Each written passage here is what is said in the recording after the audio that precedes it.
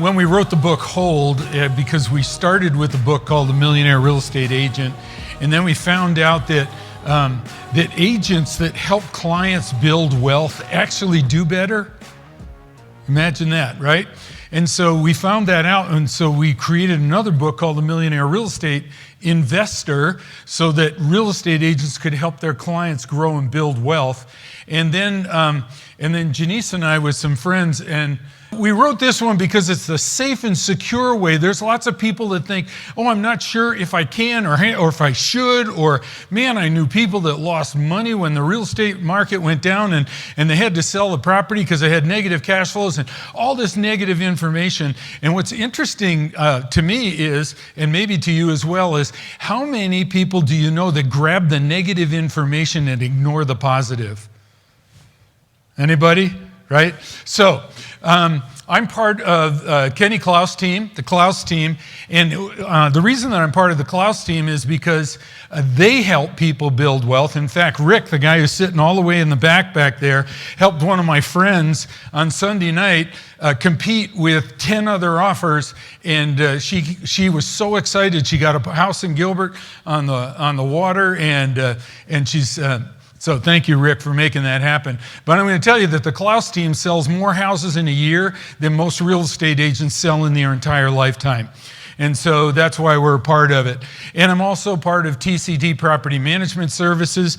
And Jesse is in the back there, my business partner, Janice. And what we have done over the last 44 years is to help people build wealth with real estate. We've got experience in all of that. And so I want to share that with you. And I want to shift the word wealth to financial security. So if you're taking notes, I want you to write down wealth equals financial security.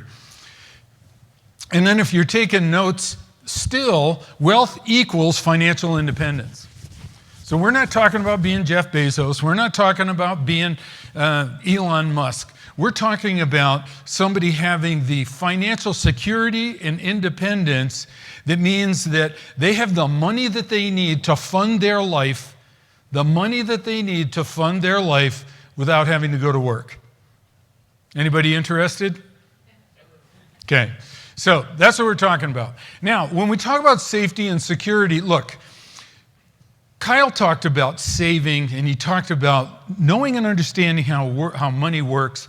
And because you know and understand how money works, you're applying it correctly, and you're using a vehicle as your financial engine, your personal bank, and it's a life insurance product, and you're putting money into this life insurance contract, guaranteed contract, as the start. Okay, let's get the money going and putting it in the right place instead of putting it in Wells Fargo, borrowing money to buy cars, and you saw the example.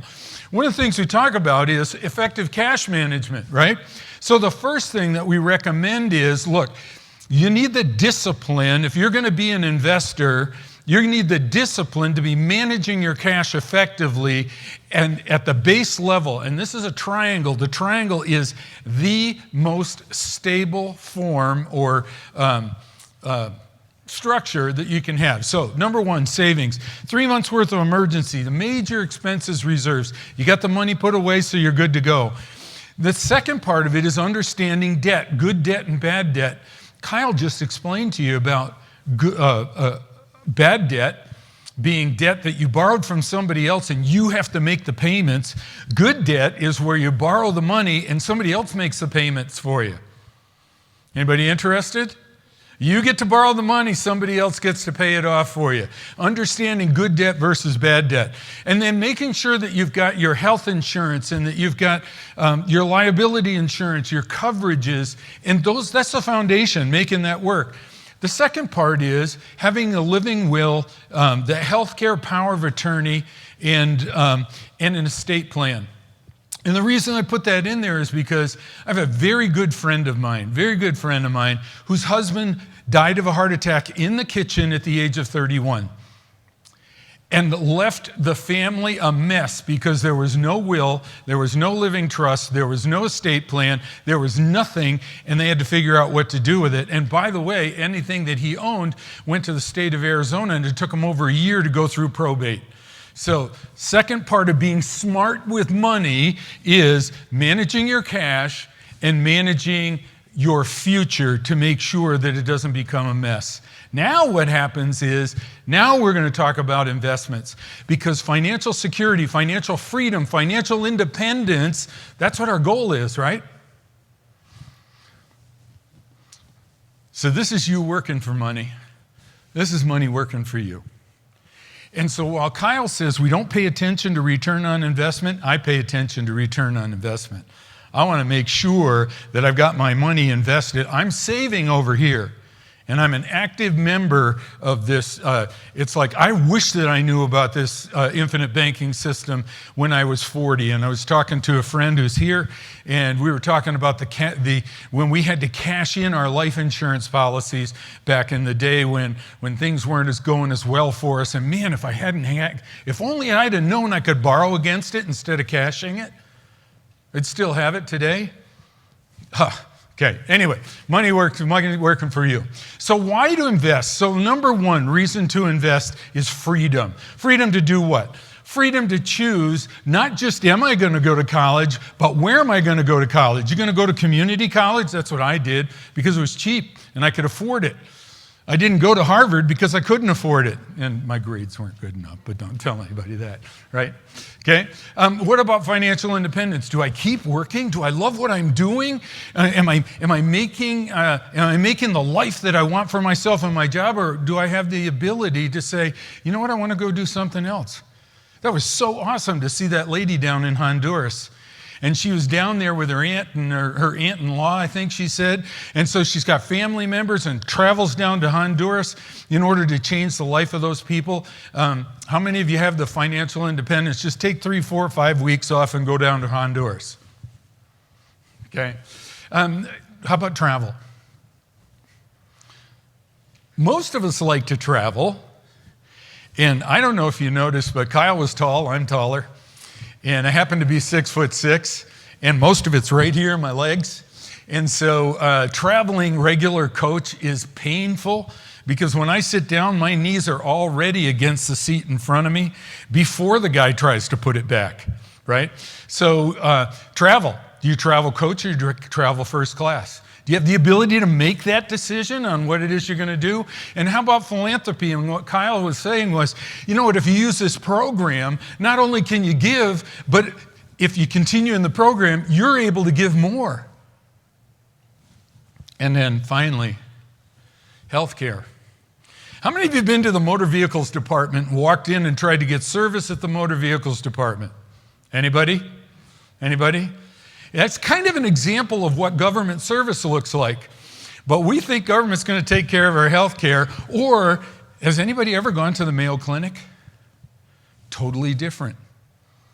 Kenny Klaus, the head of the Klaus team, and I have some friends, and when Obamacare was put in place, and by the way, Obamacare helps people that need help, right? But we're talking about choices and the freedom to make choices. And we have a friend that when this happened, they hired a doctor, and they and 20 or 24 other people are the only patients that doctor has. That doctor is on call for them whenever they need. And his schedule, that's a different kind of health care. The freedom to make these kind of choices. Let's talk about retirement for a minute because that's what everybody looks at. And when I talk about retirement, I want to tell you, I'm not talking about, well, here's what I am talking about. Retirement is just the ability to not have to work if you don't want to. Right? So we're programmed with financial independence to make our money in the stock market. We're told put it into an IRA, put it into your 401k, put it into the Roth IRA. And by the way, with the new taxes coming on, I've just had 4 conversations in the past few days about people going, I have all this money in my IRA. Should I take it out and put it into a Roth IRA? Because the lowest taxes I'm going to be paying is right now. because Congress wants more of my money. It might be a good idea to take and we're sitting there looking and going, and Kyle's program is, we don't have to worry about that. It's not taxable. The growth is not taxable. The passing on to our kids is not taxable. But this is what we're programmed to do. And so reality check for retirement is half of all retirees, these are people that are no longer working anymore, have to make big spending cuts within 5 years. Woohoo! I don't have to work anymore. And for the next 5 years, I can spend the money I'm currently spending, and then I can't. Running short of money is the biggest fear many retirees, unfortunately, can happen sooner than you think. In fact, according to the Consumer Financial Protection Bureau, those who couldn't continue to spend at the same level ended up reducing their expenses by 28%. It's almost 30% in their 6th year of retirement. Is that a surprise to anybody here? We thought it was going to go and it was just going to be fine. Everything's going to work out well. Why? We put our money in the stock market. Now, how many of you have money in the stock market? Raise your hand if you got money in the stock market. Okay? Okay, awesome. I'm talking to the right people. We're looking here and we're saying, you know what? What is the stock market doing? Well, in the last 6 months, in other words, if you put your money in the stock market, you put $1 in 6 months ago, and all it did was track the Dow Jones Industrial Average, you would have made 18 cents on every dollar, 18.35% growth. Is that a good amount of money growth? Say yes. This is when I ask questions and you answer, right? Okay, all right. So in the last 6 months, but look at what's happened. How many of you have noticed that the stock market's been going up or down? We're hitting at record highs. We don't know how long we're going to stay at these record highs or when things are going to change. But if we look at what's happened over the last 3 years in the stock market, this is the past 3 years, 2019, stock market went up 22%. In 2020, it went up 7%. In 2021, it's gone up 18%. Over the 3-year average, the stock market has gone up 49%. How many of you knew that? Okay. Is that good? Yeah. Okay. We have been going through a phenomenally good stock market. Is it always like that? Not necessarily. So let's look at real estate and what's happened with real estate. This is the annual appreciation of Phoenix-based real estate, all of the cities in Phoenix. And in 2019, we went up 5%. In 2020, we went up 20%. In 2021, we've gone up 26%. Add that all up, it's almost the same as the stock market. 49%, 50%, who's going to quibble over 1%? But guess what you have to do to buy $1 worth of stock?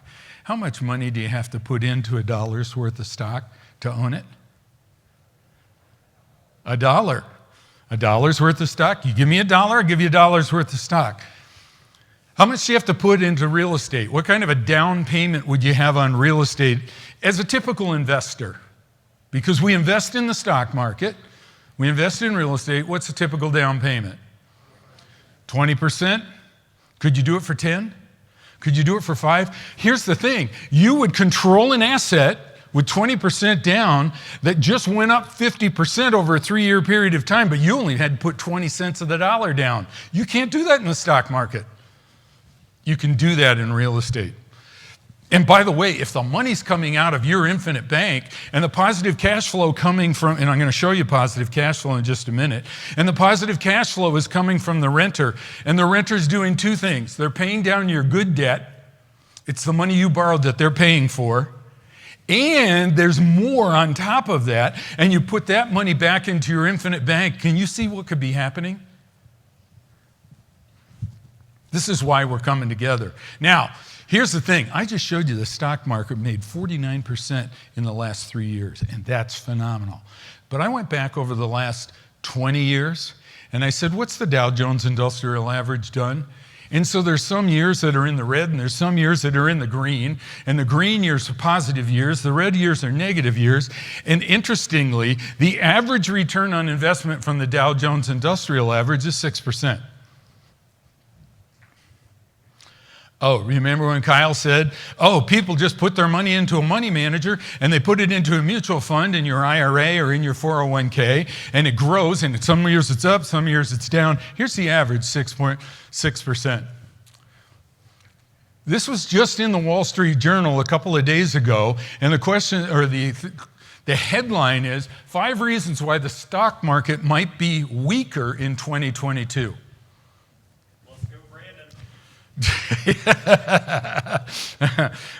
Yeah, all right. So, okay. So number one, the rush from COVID relief is fading. What does that mean? Congress bumped a whole bunch of money into the economy because they said, oh, wait a minute, we shut all the businesses down, so let's borrow money and throw it into the economy. Well, the impact of that is starting to fade right now. The Fed policy probably won't be as easy. How many of you have heard that the Fed would like to raise the interest rates? Anybody? Okay, that's what they're talking about here. The Fed has kept the interest rates low. In fact, if you were paying any attention, about 3 years ago, they said, it's time for us to raise the interest rates, and the economy came to a halt, and they said, oh, better not do that. Let's bring it back down again. It's not likely to continue. Corporate profit growth may lose steam. The market valuations are already high, and stocks simply may be unable to repeat. That's the Wall Street Journal. That's not my opinion, that's the Wall Street Journal. So when we're talking about retirement and we're talking about the reality of retirement, these are my co-authors. Tell you how well it worked for me, Gary, about 4 months ago. I don't know if any of you guys have had this, but do you ever get the letter from the Social Security office that shows when you retire how much money you're going to get? Well, I got my little letter about 4 months ago, and it said whenever I was 62 years old, that the government's going to pay me $1,350 a month for the rest of my life. And I worked 40-something years paying for that $1,350 a month I'm going to get for the rest of my life. And I go back and think about that first investment property that Linda and I bought. That first investment property that we still own in our portfolio that's free and clear yields us $2,200 a month. And so just think about that. You know, just going out there buying one investment property out there is going to pay me more money than the government's going to pay me for working for 42 years. Well, and you bring up... What did you just hear him say?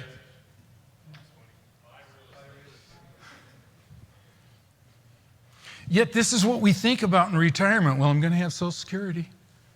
Maybe I'm going to have a pension.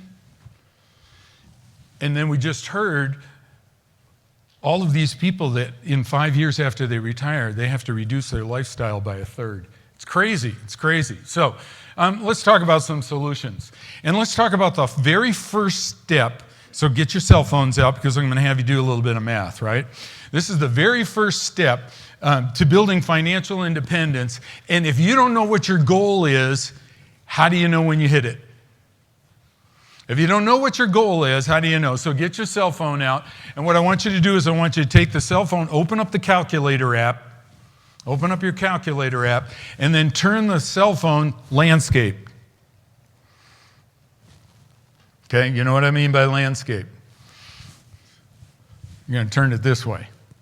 All right, now we're going to make some assumptions, and the assumption is that we're going to have inflation. Anybody heard of inflation already? And we're going to assume at 3%. We're going to assume that right now your current expenses to maintain your lifestyle is $5,000 a month, okay? Those are the two assumptions we're going to make. So here's what I want you to do. Number one, take 1.03, and then there's a button on your calculator that's the y over x, and put in the year 30, or put in the number 30. So 1.03, press that y over x button, and then punch in the number 30, and we're going to assume it's 30 years till retirement for this example. Everybody got that? Did you come up with 2.42? For the factor. Perfect, okay? So what happens is we say 30 years from now, just to maintain my lifestyle, I'm going to take my 2.42, I'm going to multiply that by my current expenses, which are $5,000. So I'm going to multiply 2.42 times 5,000, and I'm going to come up with the number 12,136. You go all with me?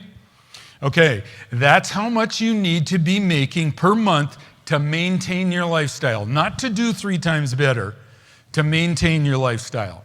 30 years from now. Why? Because you have 3% inflation, okay? So if we multiply that times 12, then that means you need to be making $145,000 a year in order to be able to maintain your lifestyle 30 years from now, given that inflation's at 3%. Now, what most financial advisors are going to tell you is, if you've got money put away and you just take out 4% per year to live in retirement, it's called the 4% rule. It's supposed to protect your principal balance, and you use the 4% because the idea is they can grow that money at 4%. You keep you don't throw the baby out with the bathwater. Are you following me?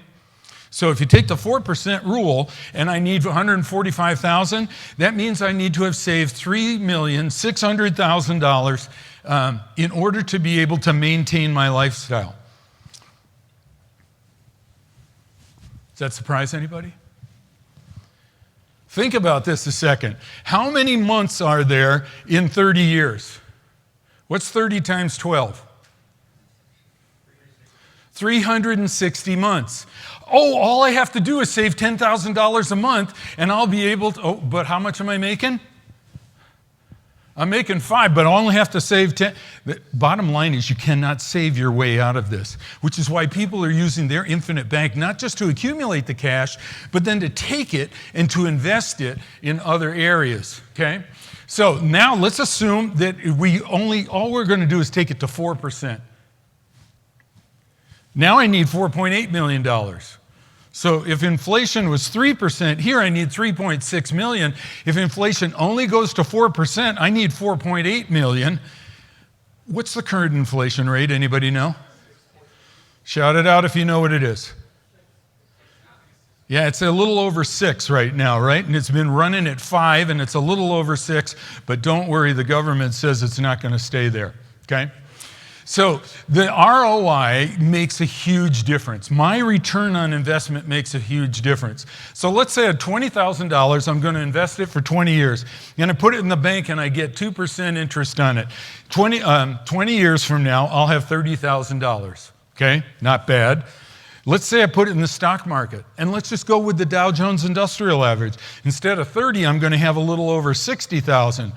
But let's say we put it in real estate.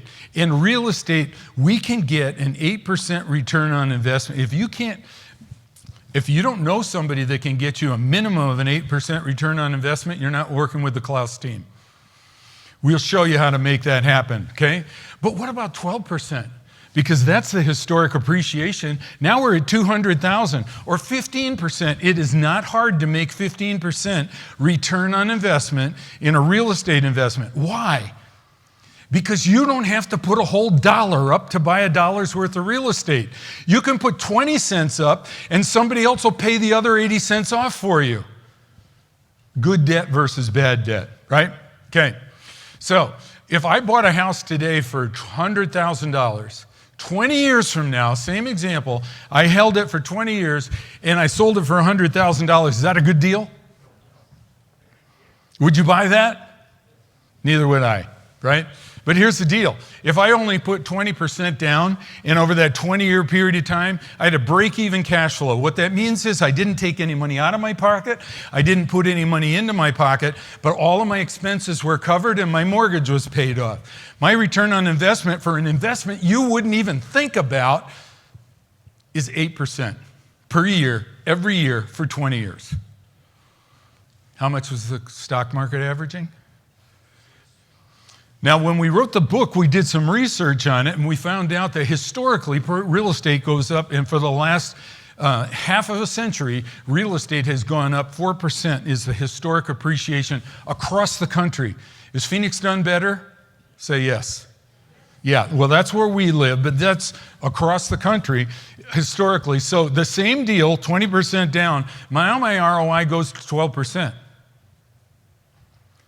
Oh, but it's only 4%, Steve. You just went from 8 to 12. Well, let me just back that up a second, all right? Okay? I just went from 8 to 12, and I just went from 99,000 to 199,000 without doing anything different. All I did was manage the return on investment by investing in a piece of real estate. Any questions on what I just did there? All right. Invest $20,000 in the stock market. In 20 years, it'll grow to 60 grand. Invest $20,000 in a real estate. In 20 years, it grows to 220 grand. Is it okay to put money in the stock market? Say yes. Yeah, of course it is. We don't say no, can't put any money in the stock market.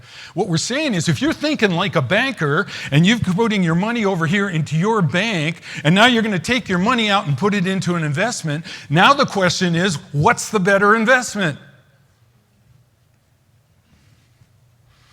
So, real estate goes up, real estate has adjustments, but what's interesting is the adjustment is never lower than where it started over the years. In fact, let me just show you. This is the Federal Reserve.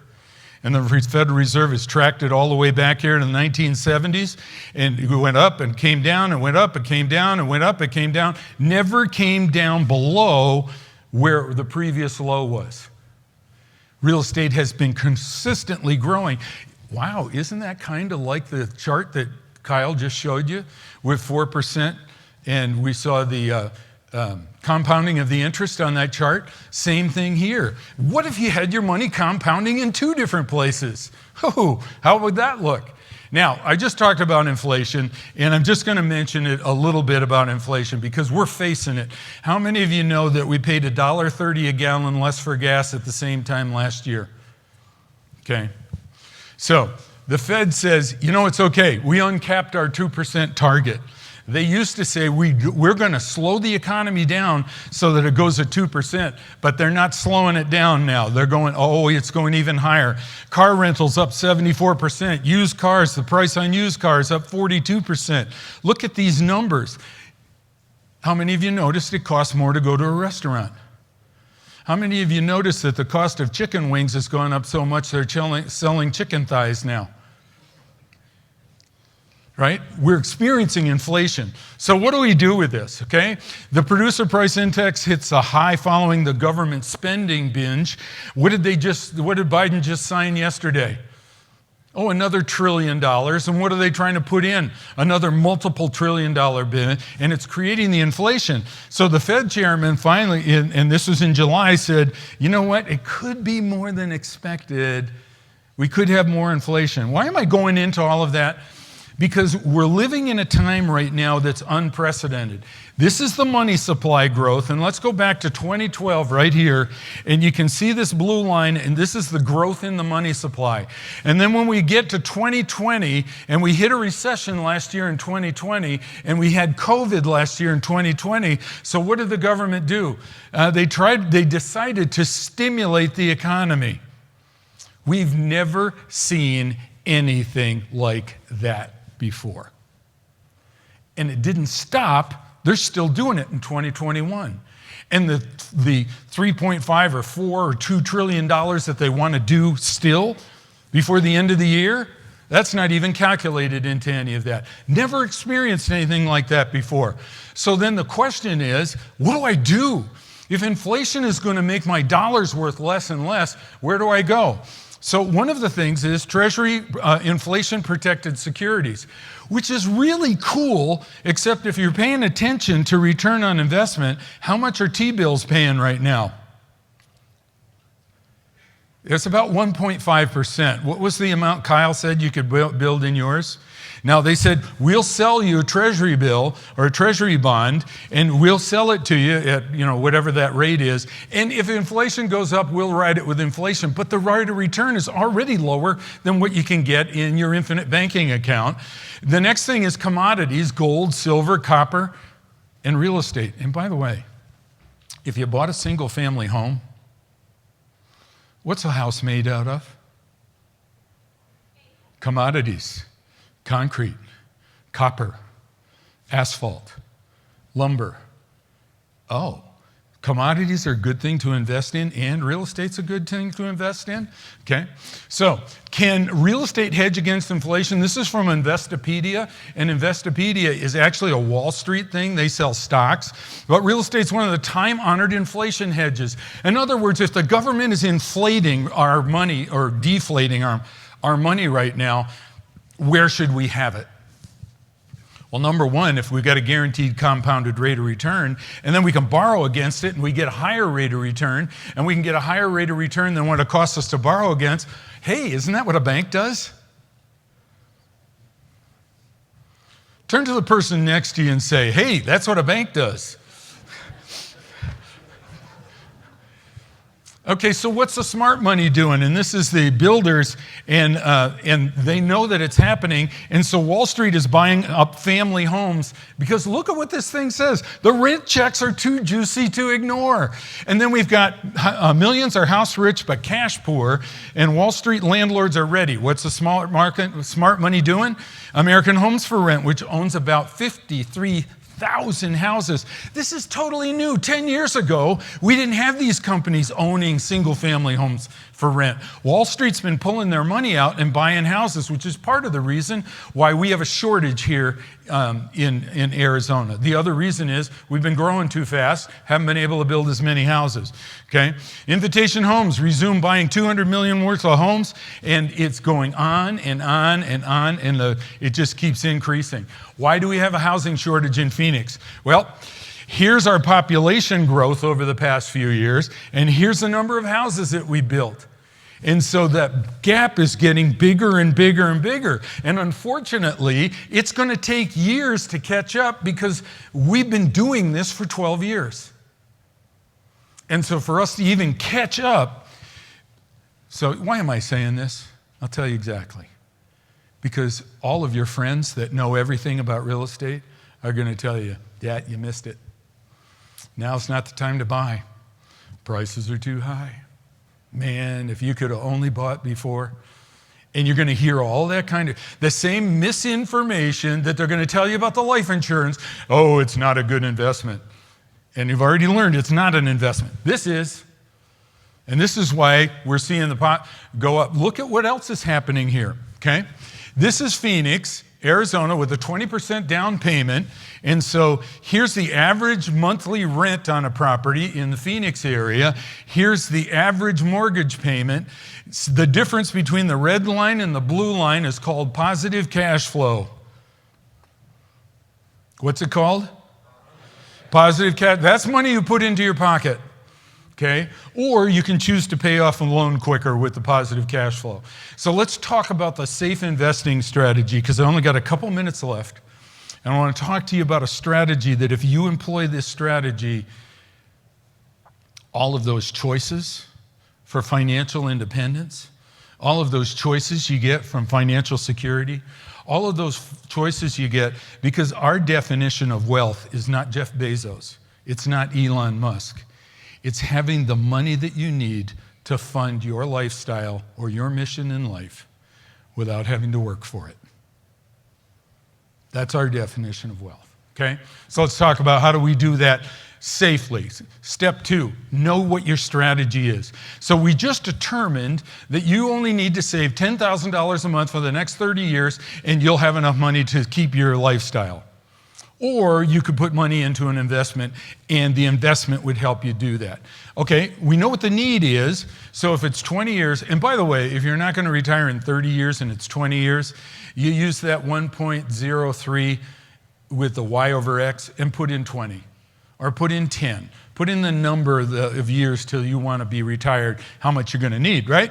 So now we're going to talk about, well, know your strategy. And here's what we want to talk. In the book, Janice and I wrote, number 1, leverage the money in your pocket to invest. If you're writing down notes, I want you to write this one down.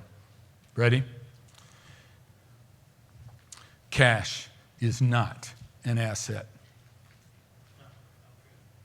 Cash is not an asset. Yet we tend to think the money that we have over here, and Kyle just shared with you, yeah, here's the place to save it, but put it to work. Because cash is the tool to acquire assets. And if I could add to that, cash is the tool to acquire assets that create cash flow. Cash is not an asset. All right, Leverage money in your pocket to invest. Then leverage people to pay down the good debt that you just put on it and build equity. And then you leverage time to build equity. Let that property continue to grow in value and to continue to increase in value. So how many of you played Monopoly as a kid? How many of you are playing it now as an adult? Okay. So this is what I'm going to recommend. This is your strategy. Get in the game. Start playing Monopoly and play it as a adult. And I forgot to get this out of here, but let's just go there because all your friends are going to tell you, hey, we're in a bubble right now. We're at the top of the bubble. You missed it. You missed it. No, that's not true. Bubbles are usually seen where there's an oversupply of inventory. I just showed you we don't have enough. We don't have an oversupply. Bubbles, the supply chain constraints will not be overcome easily.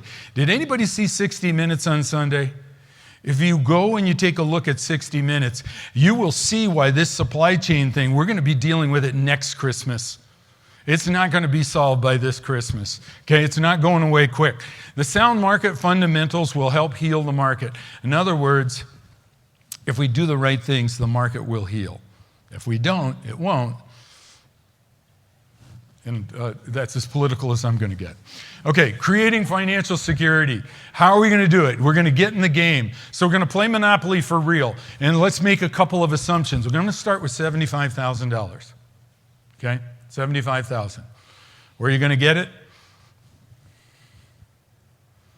Where are you going to get it? From your bank. Right? Your infinite bank. Now, if you haven't started your infinite bank yet, get started right now. But is it possible somebody in your family might have it? Is it possible it might be in your 401k? Is it possible it might be in an IRA? Is it possible you might have cash value in another life insurance policy? It's possible, okay? But don't worry about this.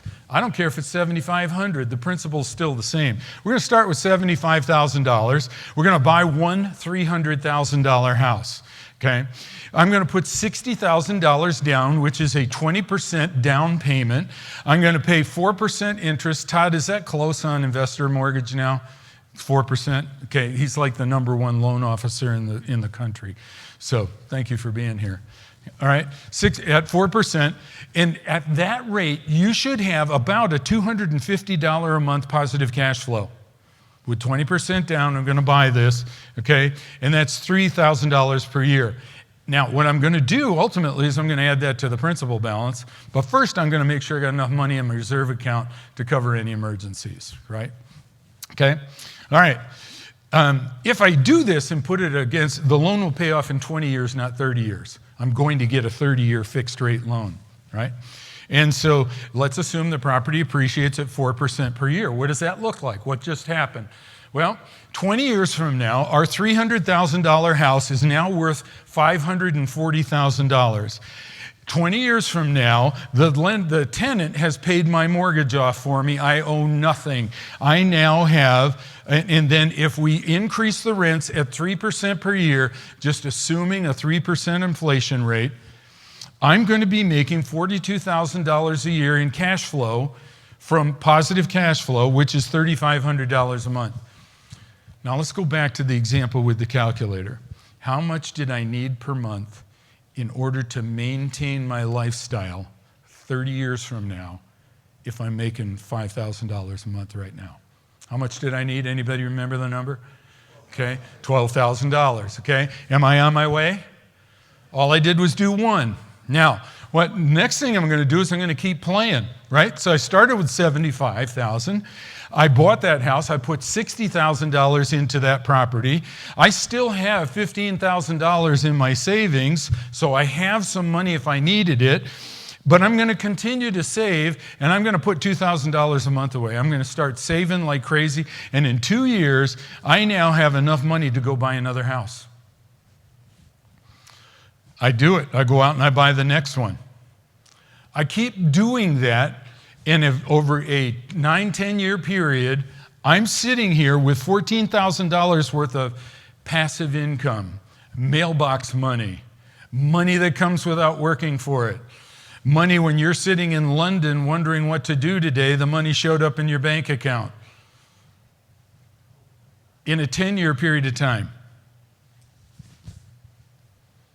Does this seem too good to be true? You know what's interesting is all I needed to create was $12,000. I now am doing better. I've only done 4. It took me 10 years to get here. I'm going to retire in 30 or 20 or 15. Oh, wait a minute. I don't have to work to maintain my lifestyle. I got it covered already. And all I had to do was this. Just play the game in the strategy. Now, what winds up happening is if I take the $250 and I add it to I take the tenant's money and I add it to my mortgage payment, because here's the $240 I borrowed, 30 years, 4%. There's my monthly payment. And so if I add the $250 to that, my 30-year loan pays off in 21 years. That's not coming out of my pocket. And you know what's interesting? Most people think I'm going to pay down my mortgage more quickly, so I'm going to take money out of my pocket and pay my mortgage down. We're talking about investing, having somebody else pay the mortgage down. Oh, wait a minute. What if all I did was increase it maybe $75 down the road, and I put 75? Now I'm down to 15 years. You see how it accelerates? Just like Kyle was saying, you can accelerate the growth of the cash in your personal bank. You can accelerate the growth of your equity in your investment properties by using the positive cash flow that came from where? Turn to the person next to you and say, I want somebody else paying off my debts.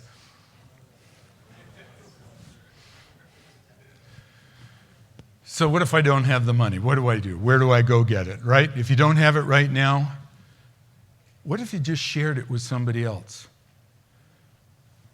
What if you split the deal with somebody and you said, you know what, I'll put up this much, you put up this much. I can get 30, you can get 30, let's do that. What if you can't get 30? What if there's 3 of you? Oh, I'll put up 20, you put up 20, you put up 20. The return on investment is the same no matter how much you put into it. The thing is, don't wait until you can get it all saved up yourself. Get in the game. Get somebody else paying it down for you and paying off that mortgage.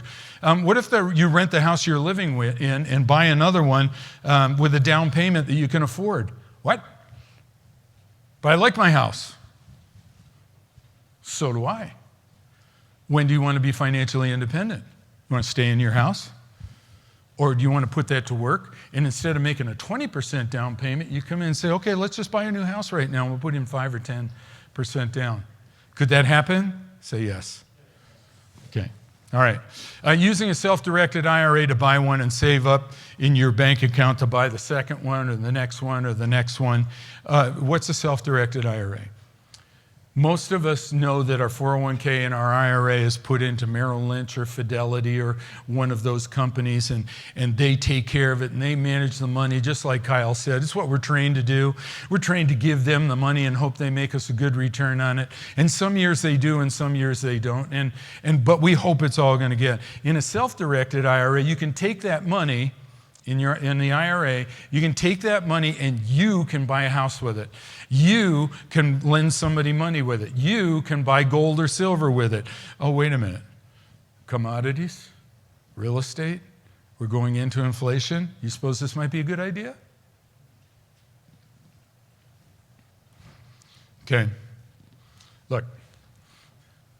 The reason that we put this on tonight and the reason that you were invited out here is because we want to help you build financial independence. You heard I started this in 1977, and in 1978 I sold my dad a house. I sold my friend an investment property, not a house, an investment property. I sold my friends an investment property. I sold other people investment properties. That's how I got in the property management business. They said, we would love to buy real estate, but we don't want to manage it. And I said, okay, I'll do it. And we manage over 600 single-family homes right now. And for the people, and they're all over not just the country, but they're all over the world. The reason I'm saying that is because I don't think anybody should buy real estate to get a part-time job in property management. You'd be better off taking the time to go out and find another investment than you would managing the property yourself. That's just my opinion. But this is how we got started. And we help people grow and create financial security. And you know, when I first started, Williams, or Gateway now, used to be called Williams Air Force Base. It was the busiest airport in the world because we were training our pilots, and not just our pilots, pilots from all the other countries out there. It was a busy, and we'd have all these people coming in here, and they knew that they had VA benefits, and they were buying houses, with no money down because they didn't have any money. They're in the service, and they kept those properties. And Janice, do we still have anybody? I mean, those are decades ago. We even had some guys that were Thunderbird pilots.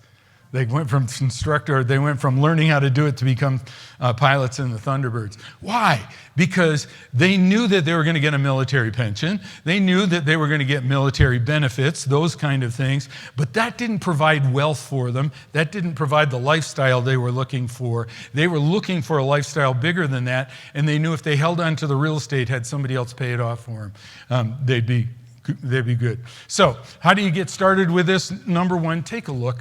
Stock market's at all-time highs. Do you want to stay in there?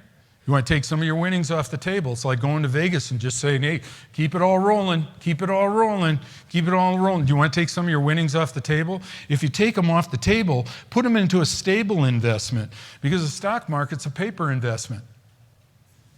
We're talking about a real asset. In other words, something, they call it real estate because you can touch it. They call it real estate because it really is. And actually, you know what? You know where the word real estate came from? It's because royalty had the estates, and they owned the land. And real estate was because royalty owned the land. And when we started our country, we said it's okay for all of us to own the land, and the government can't own the land. And if you actually take a look at the Northwest Ordinance, when they put that in place, not only did the original colonies outlaw slavery for all of the rest of the United States, but they outlawed government ownership of the land, and they put it into 40-acre parcels and said to the population, go out there and build on it and make it productive. Okay. Consider partnering with others. Fund your family bank in order to find that. So I'm going to tell you a quick story, and then I'll be done.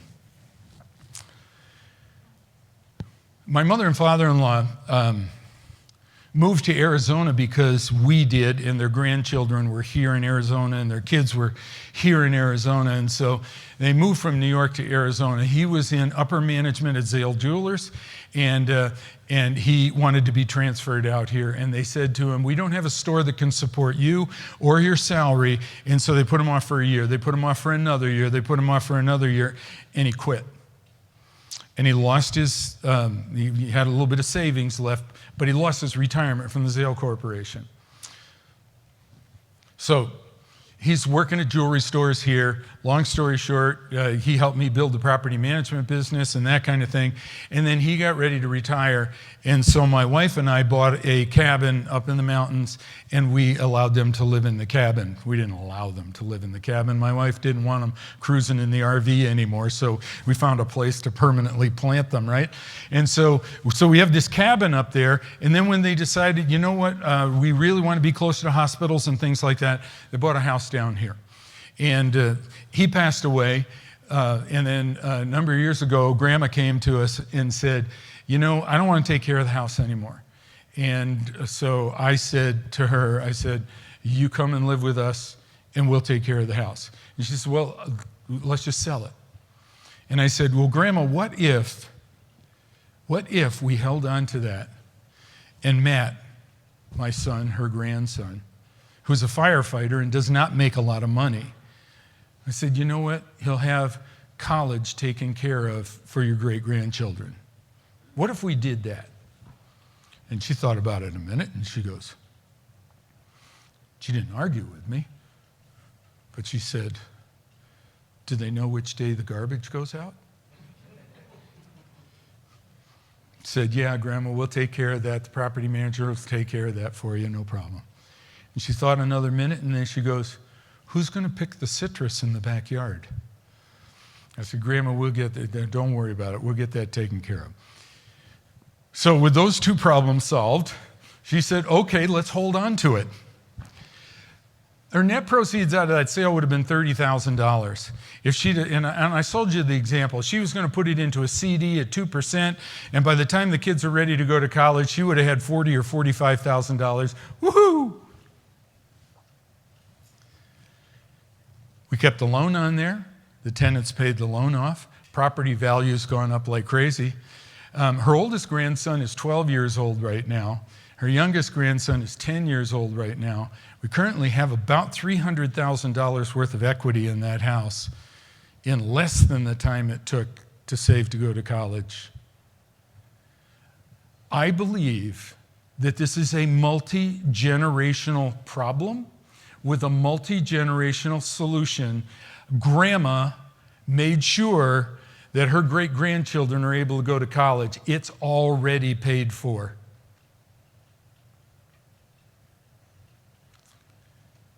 Now, Kyle and I have had this conversation because, you know what? My dad, Kyle's dad, some of you people, were taught that the thing to do is to pay off your house so you don't have a house payment. If a property value, by the way, the property value went up about 26% this year. It's almost $100,000 that the average property went up in just this last year. Would that property value, if I had all the equity in that house and it went up $100,000, is that a good thing? And I had it free and clear and it went up $100,000, is that a good thing? Yeah, my asset's worth $100,000 more. What if I owed $300,000 and it went up $100,000? Oh, wait a minute. It went up even though you had a mortgage on it? Yeah. So what if you were using that mortgage to acquire property with a positive cash flow?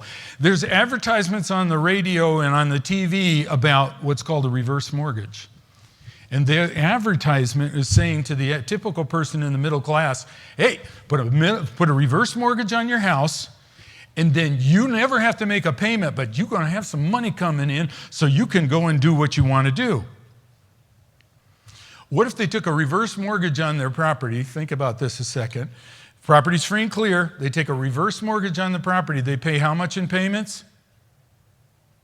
0. And they take the money and they go buy a property that has a $3,000 or $2,000 a month positive cash flow. What do you suppose that would look like for the family?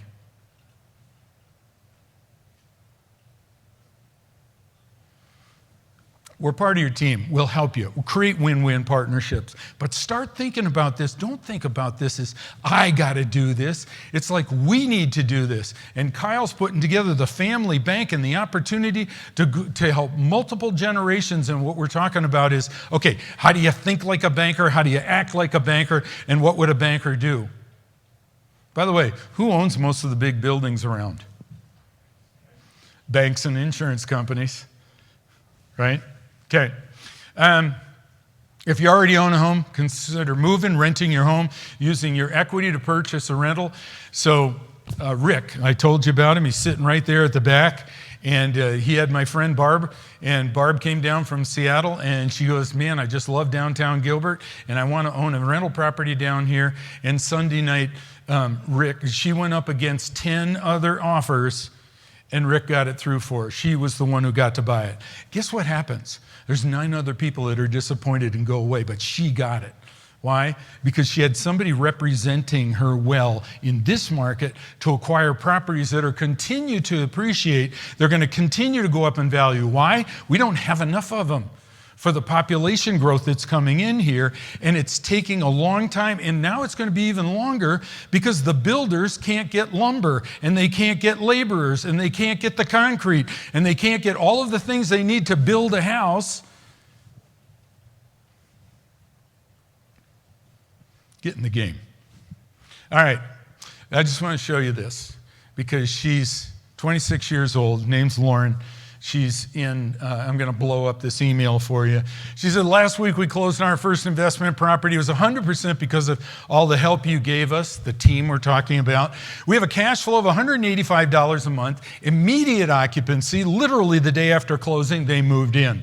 Appraisal over what we paid and a cap rate just shy of 6. I wanted to throw up the whole time because of nerves. But I'm so thankful you were here to help. And so she owns 4 of them now.